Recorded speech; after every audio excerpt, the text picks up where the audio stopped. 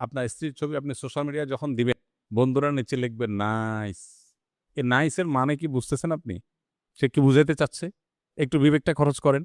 একজন নারী খোলামেলাভাবে তাকে দেখে কেউ যদি বলে নাইস, এর মানে এই মহিলার সকল সৌন্দর্য পূর্ণরূপে অবলোকন করিয়া আমি মুগ্ধ তৃপ্ত হইয়া বললাম নাইস।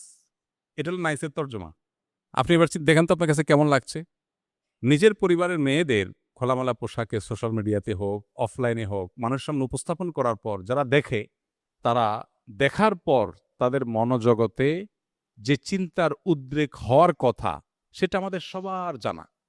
এটা প্রকৃতিগতভাবে, সৃষ্টিগতভাবে এটা খুবই কমন এবং সাধারণ এবং স্বাভাবিক বিষয়। আপনি কিন্তু জানেন। কিভাবে জানেন? কারণ আপনি নিজে কি করেন? বা আপনার এরকম সিচুয়েশনে আপনার মানসিকতার অবস্থা কি হয়? আপনি চিন্তা করেন তাহলে আপনার ফ্যামিলি মেয়েদের ব্যাপারে একই কথা হয়। যেগুলো মানুষ মনে, মনে চিন্তা করে, এগুলো যে মুখে বলতো আপনি জুতা নিয়ে দৌড়াতেন। কিন্তু আপনি বুঝেও না বুঝার ভান করছেন। শরীয়ত কেন পর্দার বিধান দিয়েছে? আপনি নিজেকে খুব উদার, খুব ব্রড, খুব আপনি একেবারে অনেক স্মার্ট, আধুনিক বানাচ্ছেন। আপনি তো আসলে সেকেলে।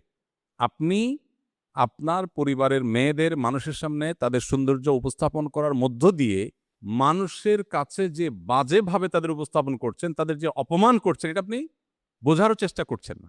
শত, শত পুরুষ দেখছে। মানলাম, কেউ হয়তো অন্ধ, চোখের জ্যোতি কম, দেখেই না বেচারা। হতে পারে কিছু মানুষ ফিজিক্যালি অসুস্থ, তার মনে বাজে চিন্তা আসার সুযোগই নেই। হতে পারে এরকম আরো কিছু। কিন্তু শত, শত হাজার, হাজার মানুষ যখন দেখে, আপনি তো হলফ করে বলতে পারেন, নিশ্চিত বলতে পারেন যে কিছু মানুষ এখানে অবশ্যই মনে, মনে তাকে নিয়ে জেনা করছে। সন্দেহ আছে কোনো? এইটুকু বোঝার জন্য তো পণ্ডিত হওয়ার দরকার নেই। তো আমার ফ্যামিলির একজন মেয়ে, আমার স্ত্রী, আমার বোন, আমার মা, আমার ফ্যামিলির কেউ, তাকে আমি মানুষের সামনে উপস্থাপন করে মানুষের কাছে এরকম নোংরা চিন্তা করার সুযোগ করে দিব, এটা কোনো রুচিশীল পুরুষ করতে পারে না। এখানে শুধুমাত্র শরীয়ী বিধানের ব্যাপার না, এটা রুচির প্রশ্ন। তো এই জিনিসটা আমরা অনেকে বোঝার চেষ্টা করি না। তো সোশ্যাল মিডিয়াতে আপনি যদি ছবি দেন ঈদকে কেন্দ্র করে, তাহলে সেক্ষেত্রে এই বিষয়গুলো মাথায় রাখা যে হালাল হারাম পর্দার বিধিবিধানগুলো আমি কি করছি কিনা, সবকিছু প্রকাশ করার জিনিস না। এখানে যখনই রেস্ট্রিকশনের কথা আসে, শরীয়তের বিধিনিষেধের কথা আসে, আমরা মনে করি যে হুজুররা অনেক টাইট। আপনি অনেক কিছুর ছবি প্রকাশ করেন না, লুকান। সবকিছু আপনি দেখেন না। আপনিও যথেষ্ট কনজারভেটিভ অনেক ইস্যুতে। কিন্তু আল্লাহর বিধিবিধানের ভিত্তিতে যে ব্যক্তি নিজেকে নিয়ন্ত্রণ করে, আপনি তাকে নিয়ে বাজে কথা বলেন। তাকে নিয়ে আপনার মনে হয় সে অনেক কনজাস্টেড, সে অনেক সংকীর্ণ, আপনি মনে হয় অনেক উদার। মূলত আপনি উদার না, আপনি উদাসীন।